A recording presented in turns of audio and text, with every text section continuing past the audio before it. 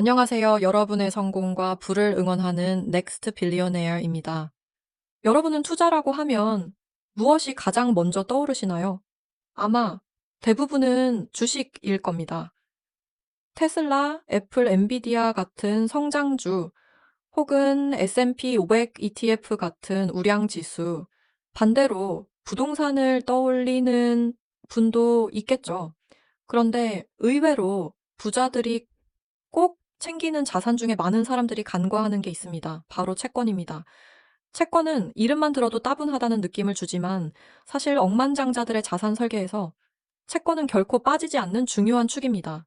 주식의 화려한 수익률 뒤에 숨어 있는 안정성을 책임지는 일종의 보험과도 같은 자산이죠. 오늘은 주식만 바라보는 투자자들이 절대 알지 못하는 채권의 진짜 비밀을 풀어보겠습니다. 이 영상을 끝까지 보시면 왜 부자들이 위기 때마다 채권을 꺼내는지 이해하게 되실 겁니다. 채권이라고 하면은 왠지 따분하게 느껴집니다. 이자 조금 주는 안전한 종이 조각 같은 이미지 때문이죠. 실제로 은행 예금과 크게 다르지 않다고 생각하는 분들도 많습니다. 하지만 채권은 단순히 이자를 받는 상품이 아닙니다. 국가와 기업이 발행하는 빈문서 정해진 이자를 주고 만기가 되면 원금을 갚는 구조 발행 주체의 신용도에 따라 위험과 수익이 달라짐. 즉, 채권은 그 자체로도 투자 수단이지만 더 중요한 건 포트폴리오 전체의 균형을 만드는 역할을 한다는 점입니다. 주식의 반대편에서 움직이기도 하고 불황 속에서 현금을 대신해 기회를 기다리게 해주는 자산, 게다가 채권은 주식처럼 매일 급등락하지 않기 때문에 자산가들은 오히려 마음의 안전장치로 활용합니다. 지루하다는 인식이 사실은 안정적이라는 뜻이기도 한 셈이죠. 그래서 부자들은 채권을 지루하다고 치부하지 않고 자신들의 자산을 지켜주는 보이지 않는 방패로 여깁니다. 그렇다면 왜 부자들은 채권을 꼭 챙길까요? 여기엔 세 가지 핵심 이유가 있습니다. 위기 속 피난처 경제가 흔들리고 주식시장이 폭락할 때 자금은 안전한 곳을 찾습니다. 그 안전자산의 대표가 바로 국채입니다. 예를 들어 미국 국채는 전 세계가 신뢰하는 달러 기반 안전망이죠. 현금 흐름 창출 주식은 배당이 불규칙하거나 아예 없을 수 있습니다. 하지만 채권은 약속된 이자를 꾸준히 지급합니다. 은퇴자, 고액 자산가들이 현금 흐름 관리 수단으로 채권을 선호하는 이유죠. 자산 분산 효과 주식과 채권은 보통 반대로 움직이는 경향이 있습니다. 주식이 흔들릴 때 채권 가격은 올라가며 포트폴리오의 충격을 줄여줍니다. 즉, 안정의 균형추 역할을 합니다. 억만장자 레이 달리오는 이 원리를 활용해 올웨더 포트폴리오를 설계했습니다. 어떤 경제 상황에서도 버틸 수 있는 구조의 핵심이 바로 주식과 채권의 조화였습니다. 실제로 많은 패밀리 오피스가 주식 50%, 채권 30%, 나머지 대체 투자로 분산하는데 그중 채권이 안전판 역할을 톡톡히 하고 있는 겁니다. 주식 투자자들이 가장 많이 하는 실수 중 하나는 위험 관리의 부재입니다. 주가가 오를 땐 모든 게 좋아 보이지만 경제가 흔들리면 그동안 쌓은 수익이 순식간에 증발할 수 있습니다. 하지만 채권은 이런 순간에 버팀목이 되어줍니다. 예를 들어 2008년 금융위기 당시 S&P 500은 1년 만에 37% 하락했습니다. 하지만 같은 시기 미국 장기 국채는 오히려 수익을 기록했습니다.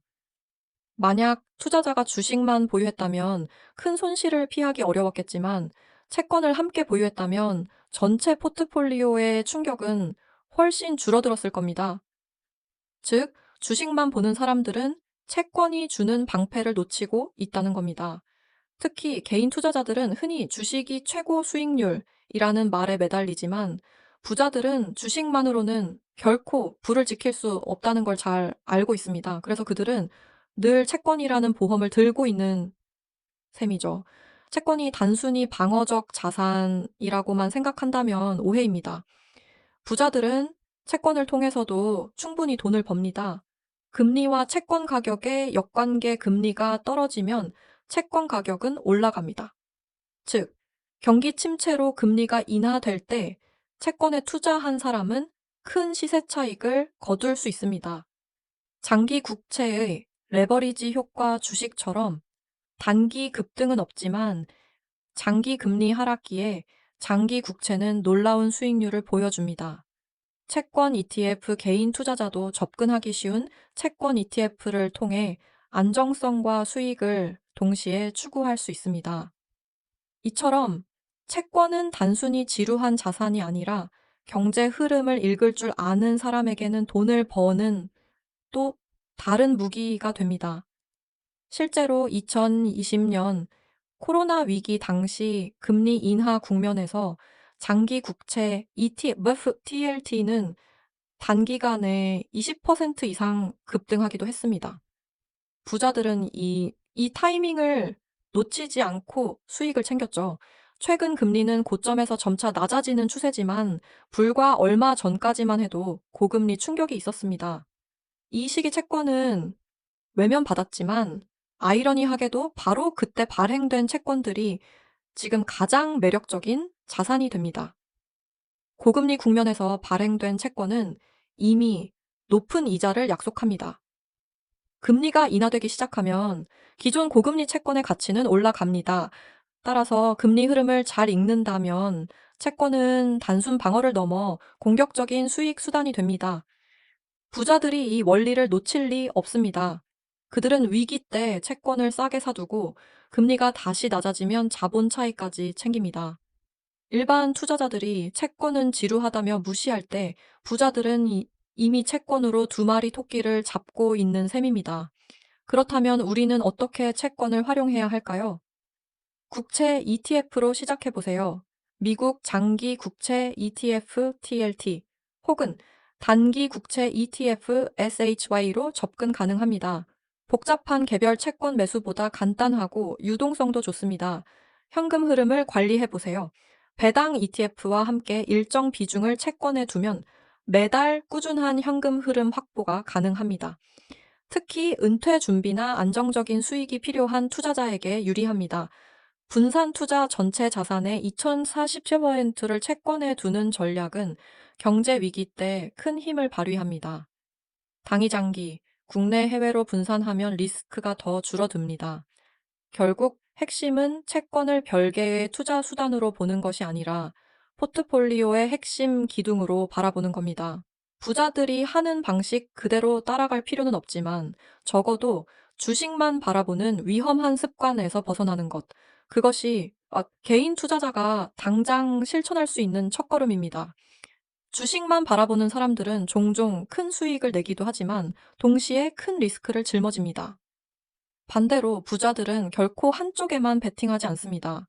그들은 항상 채권이라는 방패와 무기를 동시에 챙깁니다. 채권은 지루해 보이지만 위기 때는 가장 강력한 아군이 되고 금리 사이클을 이해하는 사람에게는 또 다른 기회의 창구가 됩니다. 여러분, 주식만 바라보는 투자자와 채권까지 활용하는 투자자. 10년 뒤 누가 더 부자가 되어 있을까요? 정답은 이미 나와 있습니다. 오늘의 영상이 도움이 되셨나요? 구독과 좋아요는 더 좋은 콘텐츠를 만드는 힘이 됩니다. 함께 넥스트 빌리어네이어가 되어보도록 해요. 다음 영상에서 또 다른 유익한 주제로 여러분의 부와 성장을 위한 이야기를 이어가겠습니다. 감사합니다.